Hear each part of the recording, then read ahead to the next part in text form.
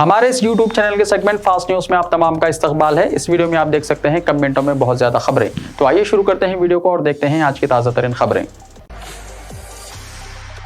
Double bedroom के लिए तेलंगाना के वजीर की नकली दस्तखत, हैदराबाद में केस दर्ज।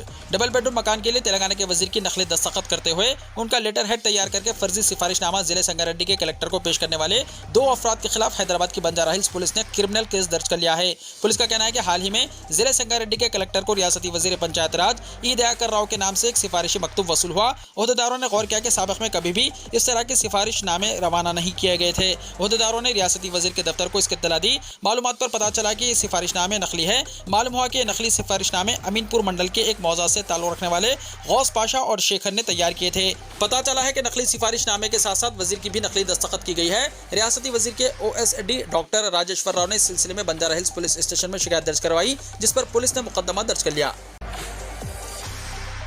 मजलिस हमारी फ्रेंडली पार्टी है, चीफ मिनिस्टर चंद्रशेखर राव ने कहा। चीफ मिनिस्टर और सदर BRS चंद्रशेखर राव ने कहा कि मजलिस हमारी फ्रेंडली पार्टी है और इस मरतबा भी हम मजलिस के साथ मिलकर इलेक्शन में मुकाबला करेंगे। तेलंगाना भवन में पार्टी उम्मीदवारों की फहरिस्त के ऐलान के बाद मीडिया से बात करते हुए चीफ मिनिस्टर ने कहा कि 2014 से मजलिस हमारी फ्रेंडली पार्टी है और दोनों जमातों का इत्तेहाद का सिलसिला मुजव्वजा इलेक्शन में भी जारी रहेगा। चीफ मिनिस्टर ने दावा किया कि ग्रेटर हैदराबाद के 28 असेंबली हल्कों में मजलिस और BRS का कब्जा रहेगा। उन्होंने कहा कि तेलंगाना के तमाम 17 पार्लिमानी हल्कों में BRS और मजलिस कामयाबी हासिल करेगी। कामारेड्डी असेंबली हल्के से भी मुकाबला करने चीफ मिनिस्टर चंद्रशेखर राव का ऐलान। जिन 4 असेंबली हल्कों के उम्मीदवारों का ऐलान नहीं किया गया, उनकी तफसीलात ये है। चीफ मिनिस्टर और सदर BRS पार्टी चंद्रशेखर राव ने कहा कि वो इस मरतबा 2 असेंबली हल्कों गजवेल और कामारेड्डी से इलेक्शन लड़ेंगे। उन्होंने कहा कि कामारेड्डी के रुकन असेंबली ने उन्हें उनके हल्के से मुकाबला करने की ख्वाहिश की, जिस पर वो इस हल्के से भी मुकाबला करने का फैसला किया। चीफ मिनिस्टर चंद्रशेखर राव ने जिन 4 असेंबली हल्कों से उम्मीदवारों के नामों का ऐलान नहीं किया, इनमें नामपल्ली, गोशामहल, नरसापुर और जंगांव है। 3-4 दिन में इन हल्कों के उम्मीदवारों का ऐलान किया जाएगा। उन्होंने कहा कि सिकंदराबाद कंटेनमेंट की सीट साई अन्ना की बेटी लासिया नंदित्या को अलॉट की गई है। चीफ मिनिस्टर ने कहा कि कुछ वजूहात की बिना पर 7 मौजूदा उम्मीदवारों को टिकट देने से इनकार किया गया। चीफ मिनिस्टर ने आज दोपहर 115 उम्मीदवारों की फहरिस्त जारी कर दी। तेलंगाना भवन में प्रेस कॉन्फ्रेंस से खिताब करते हुए चीफ मिनिस्टर चंद्रशेखर राव ने 2023 के असेंबली इंतखाबात के लिए BRS उम्मीदवारों की फहरिस्त का ऐलान किया है। चीफ मिनिस्टर चंद्रशेखर राव 2 हल्कों गजवेल और कामारेड्डी से इलेक्शन हार जाएंगे, मोहम्मद अली शब्बीर ने कहा। कांग्रेस के सीनियर लीडर और साबिका वजीर मोहम्मद अली शब्बीर ने चीफ मिनिस्टर चंद्रशेखर राव के आइंदा असेंबली इलेक्शन में गजवेल के अलावा कामारेड्डी से भी मुकाबला करने पर शदीद रद्दअमल का इजहार किया। आज गांधी भवन में मीडिया से बात करते हुए उन्होंने कहा कि चंद्रशेखर राव गजवेल में अपनी इम्कानी शिकस्त के खौफ से कामारेड्डी से मुकाबला करने का फैसला किए हैं, लेकिन उनका दावा है कि वो 2 हल्कों गजवेल और कामारेड्डी से हार जाएंगे। उन्होंने कहा कि कांग्रेस पार्टी ने इन्हें माइनॉरिटी डिक्लेरेशन की तैयारी करने वाली कंपनी का चेयरमैन मुकर्रर किया है। आज कमेटी का इजलास मुनक्किद हुआ, जिसमें अक़लियतों के मसाइल पर तबादला ख्याल किया गया। कमेटी को बाज़ अफराद अपने मशवरे दिए हैं, इसका भी जायजा लिया जाएगा। कांग्रेस पार्टी ने 4% मुस्लिम तहफ़्फ़ुज़ात फराहम किए थे और चंद्रशेखर राव हुकूमत ने 12% तहफ़्फ़ुज़ात का ऐलान किया, लेकिन आज तक नहीं दिए गए।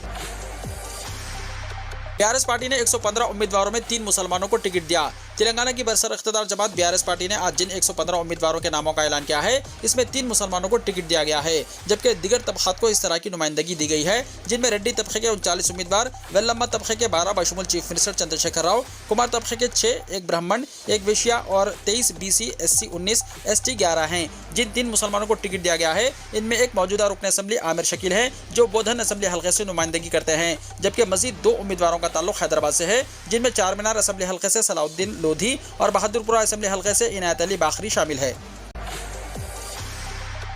वक्त से पहले पैदा होने वाले बच्चों की तिब्बी इमदाद के लिए असरी एम्बुलेंस मुतारिफ। मुल्क में पहली मरतबा तेलंगाना हुकूमत ने वक्त से पहले पैदा होने वाले बच्चों को बेहतर तिब्बी सहूलतों की फराहमी के लिए खुसूसी आलात से लैस 33 एम्बुलेंस गाड़ियों को मुतारिफ किया है। असरी सहूलतों से आरास्ता और इमरजेंसी खदमात से लैस इन गाड़ियों के जरिए कब्ल वक्त पैदा होने वाले बच्चों को सरकारी दवाखाना मुंतकिल किया जा सकता है। तमाम अजला में ये गाड़ियाँ मुतारिफ की गई हैं। मुल्क में यह पहली मरतबा है जब किसी हुकूमत ने माक़बल मुद्दत हमल पैदा होने वाले बच्चों की तिब्बी इमदाद का मनसूबा बनाया है, ताकि अमवात के वाक़यात पर काबू पाया जा सके। इन गाड़ियों पर सालाना 8.07 करोड़ का खर्च आएगा और वेंटिलेटर्स के अलावा सुपर स्पेशलिटी सहूलतों के जरिए दूर दराज इलाकों से वक्त से पहले पैदा होने वाले बच्चों को हॉस्पिटल मुंतकिल किया जाएगा। बच्चों की जिंदगी बचाने के लिए दरकार तमाम असरी आलात एम्बुलेंस में फराहम किए गए हैं। वज़ीर सेहत हरीश राव ने आज नई असरी एम्बुलेंस गाड़ियों का इफ्तिताह किया। उन्होंने कहा कि हुकूमत ने गरीबों को असली तिब्बी सहूलतों की फराहमी का फैसला किया है। उन्होंने कहा कि पेटला बुरुज वेटरनिटी हॉस्पिटल और गांधी हॉस्पिटल में इनफर्टिलिटी सेंटर्स कायम किए जा रहे हैं। गांधी हॉस्पिटल में ऑर्गन ट्रांसप्लांट सेंटर कायम किया जाएगा। उन्होंने कहा कि उस्मानिया जनरल हॉस्पिटल में पेवंदकारी के लिए जिगर बतौर अतिया पेश किया गया है। उन्होंने कहा कि गांधी हॉस्पिटल को हाल ही में बेहतर खिदमत के लिए ISO सर्टिफिकेट हासिल हुआ। हुकूमत के खिलाफ लिखने वाले सहाफियों को जमीन नहीं, चीफ मिनिस्टर तेलंगाना ने कहा। चीफ मिनिस्टर तेलंगाना चंद्रशेखर राव ने कहा है कि बाज़ अखबारात के सहाफी रोजाना हुकूमत के खिलाफ खबरें लिख रहे हैं। हुकूमत के खिलाफ लिखने का मतलब रियासत और रियासत की तरक्की के खिलाफ लिखना है। उन्होंने कहा कि ऐसे अखबारात और सहाफियों को जमीन नहीं दी जाएगी, अलबत्ता जो न्यूट्रल है ऐसे बकिया तमाम सहाफियों को जमीन दी जाएगी। ये हुकूमत का फैसला है। केसीआर ने कहा कि सांप को दूध नहीं पिलाया जा सकता। उन्होंने सहाफियों से सवाल किया कि इन्हें जमीन क्यों दी जाए। वाज़ेह रहे कि आज चीफ मिनिस्टर चंद्रशेखर राव ने टीआरएस पार्टी से मुकाबला करने वाले उम्मीदवारों की फेहरिस्त जारी की। इस मौके पर बाज़ सहाफियों ने उनसे सहाफियों को जमीन देने से मुताल्लिक सवाल किया, जिस पर चीफ मिनिस्टर ने यह जवाब दिया। क्या आपका नाम वोटर लिस्ट में है? अगर नहीं है तो फौरी तौर पर अपना नाम रजिस्टर करवाएं, क्योंकि इलेक्शन कमीशन ने वोटर लिस्ट में नाम दर्ज करवाने के लिए एक मौका फराहम किया है। आम इंतखाबात के पेश नज़र वोट देने के हकदार और दूसरे इलाकों में वोट डालने वालों को अपना पता तब्दील करने की सहूलत दी गई है। इलेक्शन कमीशन ने कहा कि हर वो शख्स जो 1 अक्टूबर 2023 तक 18 साल का हो जाएगा, वोटर लिस्ट में नाम शामिल करवाने का अहल है। इस मकसद के लिए वोटर लिस्ट पर नजरसानी का शेड्यूल जारी कर दिया गया है। ड्राफ्ट वोटर लिस्ट का ऐलान 21 अगस्त को किया जाएगा। वोटर लिस्ट में नाम दर्ज करवाने के लिए 19 सितंबर तक दरख्वास्तें दी जा सकती हैं। इलेक्शन कमीशन ने वोटर्स के इंदिराज और एतराज़ात की वसूली के लिए 26, 27 अगस्त, 3 और 4 सितंबर को देहातों और वार्डों में खुसूसी कैंप लगाने के इंतजाम किए हैं। मौसूल होने वाली दरख्वास्तों की जांच 28 सितंबर से पहले की जाएगी। फाइनल वोटर लिस्ट का ऐलान 4 अक्टूबर को किया जाएगा। इम्कान है कि तेलंगाना में असेंबली इलेक्शन इसी वोटर लिस्ट के साथ होंगे। इस पस मंजर में तवक्को है कि नए वोटर्स के इंदिराज, तरामीम और इजाफे के लिए बड़ी तादाद में दरख्वास्तें आएंगी। केटीआर एक हफ्ते के दौरे पर अमेरिका रवाना। वजीर information technology Tarak Rama Rao America के दौरे पर रवाना हो गए। वो वहां सरमायाकारों से मुलाकात करते हुए रियासत में अपनी कंपनियों के यूनिट्स के क़याम के जरिए सरमायाकारी के लिए राग़िब करेंगे। इनका यह दौरा 1 हफ्ते का होगा। तारक रामाराव न्यूयॉर्क, शिकागो और दीगर शहरों में मुख्तलिफ शोबों से मुतल्लिक कंपनियों के जिम्मेदारों से मुलाकात करेंगे। साथ ही वो अपने बेटे हिमांशु राव के अंडर ग्रेजुएट कोर्स के दाखिले प्रोग्राम में शिरकत करेंगे। हिमांशु को पहले ही अमेरिका की एक मशहूर यूनिवर्सिटी में दाखिला मिल चुका है। कांग्रेस के टिकट के लिए गांधी भवन में दरख्वास्त दाखिल करने वालों की कतार आज एक दिन में 180 दरख्वास्तें दाखिल हुई। तेलंगाना में आइंदा असेंबली इलेक्शन में कांग्रेस के टिकट की ख्वाहिश रखने वालों से दरख्वास्तें वसूल करने का सिलसिला जारी है। गांधी भवन के जराये ने बताया कि अब तक तकरीबन 220 लोगों ने दरख्वास्तें दी हैं। आज गांधी भवन टिकट के लिए दरख्वास्तें दाखिल करने वालों से भरा हुआ था। गांधी भवन आज कारकुनों और लीडरों से पहले ही भरा हुआ था, क्योंकि इलेक्शन लड़ने के ख्वाहिशमंद लीडर अपनी दरख्वास्तें जमा कर रहे थे।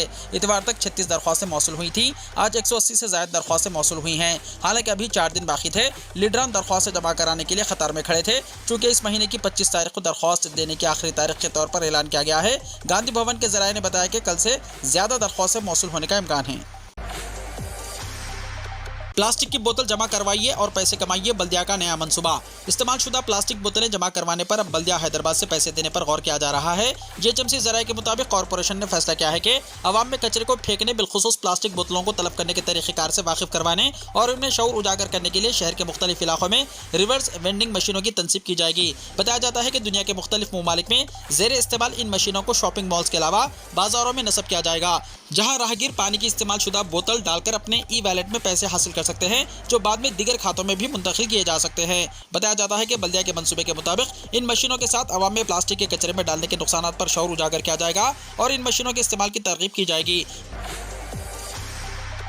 वाईएस शर्मिला ने 20 असेंबली सीटों पर दावेदारी पेश की। वाईएसआर तेलंगाना पार्टी के कांग्रेस में इंजिमाम के मसले पर सूरत हाल अभी भी गैर वाज़ेह है, क्योंकि वाईएस शर्मिला ने कांग्रेस हाईकमान से मुलाकात के दौरान इंजिमाम के बदले असेंबली की 20 सीटें अलॉट करने का मुतालबा किया है। बताया जाता है कि शर्मिला ने एआईसीसी जनरल सेक्रेटरी तंजीमी उमूर केसी वेणुगोपाल को इंजिमाम की शराइत से आगाह किया और कहा कि उनकी पार्टी से ताल्लुक रखने वाले कायदीन को 20 असेंबली हल्क़ाजात में टिकट दिया जाना चाहिए। वाईएस जगन मोहन रेड्डी ने 2014 असेंबली इंतखाबात में जिन 20 सीटों पर मुकाबला किया था, वाईएस शर्मिला इन सीटों पर अपने हामियों को टिकट देना चाहती हैं। आइंदा महीने 3 अलहदा मुकामात से तेलंगाना में बीजेपी की बस यात्रा। बीजेपी ने आइंदा महीने असेंबली इलेक्शन की मुहिम में शिद्दत पैदा करने का फैसला किया है, जिसके तहत पार्टी बस यात्रा का आगाज करेगी। इसके अलावा बीजेपी ज़ेर इख्तियार रियासतों के 119 अरकान असेंबली को तेलंगाना के 119 असेंबली हल्क़ाजात में मुतहर्रिक करते हुए पार्टी के डर के हौसले बढ़ाने की कोशिश की जाएगी। बताया जाता है कि रियासती सदर जी किशन रेड्डी, साबिक़ा सदर बंडी संजय और इलेक्शन मैनेजमेंट कमेटी के सदर नशीन इटेल्ला राजेंद्र सितंबर के पहले हफ्ते में 3 अलग अलग मुकामात से बस यात्रा का आगाज करेंगे, जो 17 सितंबर सुकूत हैदराबाद के दिन हैदराबाद में बड़े जलसे-आम में खत्म होगी। बीजेपी कायदीन जलसे-आम में वज़ीर आज़म नरेंद्र मोदी या फिर साबिक़ा नायब वज़ीर आज़म एल.के. अडवाणी को मदऊ करने का मंसूबा रखते हैं। सुकूत हैदराबाद को बीजेपी हैदराबाद लिबरेशन डे के तौर पर मनाएगी और एल.के. अडवाणी को मदऊ करते हुए हैदराबाद स्टेट के इंतजाम की याद मनाई जाएगी।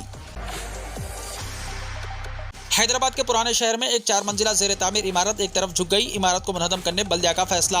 हैदराबाद के पुराने शहर में एक 4 मंजिला इमारत एक तरफ झुकने लगी, जिससे पुराने शहर के बहादुरपुरा के मुकामी आवाम में खौफ और हिरास फैल गया।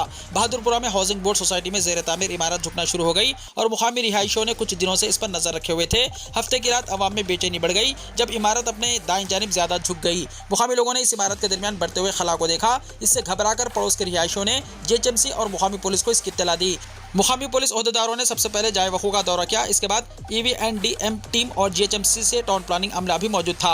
इतवार की सुबह से जीएचएमसी के सीनियर ओहदेदारों ने जगह का दौरा किया और इमारत को गिराने का फैसला किया, क्योंकि यह इमारत मौजूद नहीं थी और आवाम के लिए खतरा बन गई थी। पुलिस ने इमारत के आसपास जगह को घेरे में ले लिया और किसी को इमारत के करीब जाने से रोकने के लिए पुलिस को तैनात कर दिया गया। डिप्टी सिटी प्लानर जुनूबी श्याम कुमार ने कहा कि उन्होंने इमारत को गिराने के लिए सामान किराए पर लिया है और यह शहर के रास्ते पर है। उन्होंने कहा कि एक बड़ी इमारत है और हमने इमारत को मुनज़्ज़म तरीके से गिराने के लिए लंबी ब्रेकर क्रेन की खिदमत हासिल की हैं। मरकजी हुकूमत को एक और झटका। कर्नाटका में भी नई तालीमी पॉलिसी को हटाने का लिया गया फैसला। नई तालीमी पॉलिसी 2021 को अमली जामा पहनाने में बहुत सारी रियासतें अभी तक नाकाम साबित हुई हैं और कई गैर बीजेपी रियासतों ने नाफिज करने से ही इनकार कर दिया। इस लिस्ट में केरला और तमिलनाडु का नाम पहले से ही दर्ज है। अलबत्ता अब एक और नाम दर्ज होने जा रहा है जिसने न्यू एजुकेशन पॉलिसी को खारिज करने का फैसला किया है और वो रियासत कर्नाटका है, जहाँ कांग्रेस की हुकूमत ने यह तय किया है कि वो नई तालीमी पॉलिसी को खारिज करके रियासती तालीमी पॉलिसी तैयार करके नाफिज करेगी। हुकूमत ने इसके लिए बाज़ाब्ता तौर पर एक कमेटी बनाकर रियासती तालीमी पॉलिसी अख्ज़ करने का ऐलान किया है, जिसके तहत आइंदा तालीमी साल से कर्नाटका में कौमी नई तालीमी पॉलिसी को खत्म कर दिया जाएगा। वज़ीर-ए-आज़म मोदी मंगल को जनूबी अफ्रीका और यूनान के दौरे पर रवाना होंगे। वज़ीर-ए-आज़म नरेंद्र मोदी जनूबी अफ्रीका और यूनान के अहम 4 रोज़ा दौरे पर मंगल की सुबह दिल्ली से रवाना होंगे। जनूबी अफ्रीका में वो ब्रिक्स सरबराही इजलास में शिरकत करेंगे, जहां ब्रिक्स ग्रुप के दीगर आला रहनुमाओं के साथ साथ चीन के सदर शी जिनपिंग भी होंगे। दौरे के पहले मरहले में वज़ीर-ए-आज़म मोदी जोहान्सबर्ग में 3 दिन तक जनूबी अफ्रीका की सदारत में 15वें ब्रिक्स चोटी कॉन्फ्रेंस के प्रोग्रामों में शिरकत करेंगे और वहाँ जमा होने वाले मुख्तलिफ ममालिक के लीडरों में से कुछ के साथ 2 तरफा बातचीत भी करेंगे। ताहम हुक्काम से जब इस दौरान चीनी सदर जिनपिंग के साथ वज़ीर-ए-आज़म की 2 तरफा मुलाकात के इम्कान के बारे में पूछा गया तो उन्होंने कहा कि 2 तरफा मुलाकातों के बारे में अभी कुछ नहीं कहा जा सकता। वहां से वज़ीर-ए-आज़म यूनान के एक रोजा सरकारी दौरे पर एथेंस रवाना होंगे।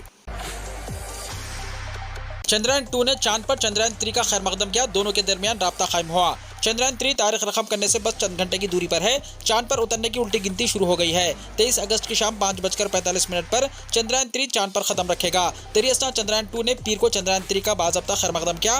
दोनों के दरमियान 2 तरफा मवासिलाती राब्ता कायम हो गया है। इससे पहले इसरो ने व्हीकल के जरिए ली गई कुछ तस्वीर भी शेयर की है। पीर को हिंदुस्तानी खलाई तहकीकी तंजीम इसरो ने ट्वीट करके कहा कि चंद्रयान 2 के ऑर्बिटर ने चंद्रयान 3 के लैंडर मॉड्यूल का खैर मकदम किया। दोनों के दरमियान 2 तरफा राब्ता कायम हो गया है। काबिल जिक्र है कि साल 2019 में हिंदुस्तान ने अपना मिशन चंद्रयान 2 लॉन्च किया था, लेकिन सॉफ्ट लैंडिंग में गड़बड़ हो गई थी।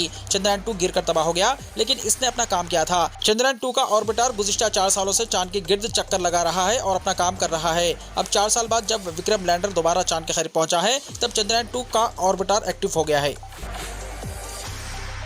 सदर जमहूरिया 22 से 24 अगस्त तक गोवा के दौरे पर। सदर जमहूरिया द्रौपदी मुर्मू 22 से 24 अगस्त तक गोवा के दौरे पर होंगी। राष्ट्रपति भवन ने पीर को एक प्रेस रिलीज जारी करके ये जानकारी दी। सदर जमहूरिया 22 अगस्त को गोवा के राजभवन में अपने इजाज़ में हुकूमत गोवा की तरफ से मुनक्किदा एक शहरी इस्तकबालिया में शिरकत करेंगी। वो इस मौके पर मुंतखब मुस्तहिकीन में फॉरेस्ट राइट्स एक्ट के तहत असनाद भी तकसीम करेंगी। 23 अगस्त को सदर जमहूरिया गोवा यूनिवर्सिटी के 34वें कन्वेंशन में शिरकत करेंगी और राजभवन में गोवा के कबायली लोगों से बातचीत करेंगी। इसी दौरान वो पुरोरम में गोवा कानून साज असम्बली से भी खिताब करेंगी। कुरान करीम की बेहुरमती। ईरान ने स्वीडन और डेनमार्क के सफ़ीरों को तलब कर लिया। ईरान की वजारत खारजा ने स्वीडिश और डेनमार्क के चार्ज डी अफेयर्स को तेहरान में तलब करके दोनों मुल्कों में कुरान मजीद के नुस्खों को नजर आतिश करने और बेहुरमती करने पर एहतजाज किया। डेनमार्क और स्वीडन में इस्लाम मुखालिफ अफराद ने हालिया महीनों में मुसलमानों की मुक़द्दस किताब के कई नुस्खों को माज़अल्लाह नजर आतिश किया या नुकसान पहुँचाया है। कुरान करीम की इस बेहुरमती पर मुस्लिम दुनिया में गम व गुस्सा पाया जाता है और नोडुर्क हुकूमतों से मुतालबा किया जा रहा है कि ऐसी कार्रवाइयों पर पाबंदी लगाई जाए। दोनों ममालिक की हुकूमतों ने इन इक़दामात की मजम्मत की और कहा कि वो ऐसे नए क़वानीन पर गौर कर रहे हैं जिनका मकसद ऐसी कार्रवाइयों को रोकना है। वीडियो को लाइक शेयर कीजिए और हमारे इस YouTube चैनल को सब्सक्राइब करते हुए इसके बेल आइकॉन को भी प्रेस कर लीजिए ताकि ऐसी ही ताज़ा तरीन खबरों का नोटिफिकेशन सबसे पहले आपको मिलता रहे।